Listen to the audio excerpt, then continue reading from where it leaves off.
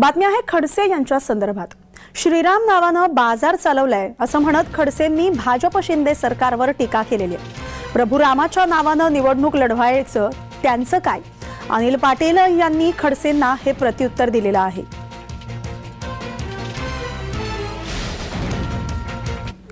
पुरत सेट होते, कमल सेट होते, आम्ही कितीतरी पुऱ्या भागातले कार्यकर्ते आम्ही अयोध्येला गेलो। 15 दिवस जेलमध्ये ठेवलं, दुसऱ्यांदा 15 दिवस ठेवलं, बराबर झोळपलं, मारलं, रक्तबंबाळ केलं। तुम्ही विचारा पुरत सेटला ते कमल सेट 12 काचे बनले होते कमल सेट, हाडा मोडले होते सगळे। पहिलाच अधिकार आहे भगवान श्रीराम सरजा तुमच्या जसे आमचे नाही का? आमचा भगवान श्रीराम नाही का? पण आम्ही श्रीरामाच्या नावाचा बाजार केला नाही, राजकारण नाही केलं।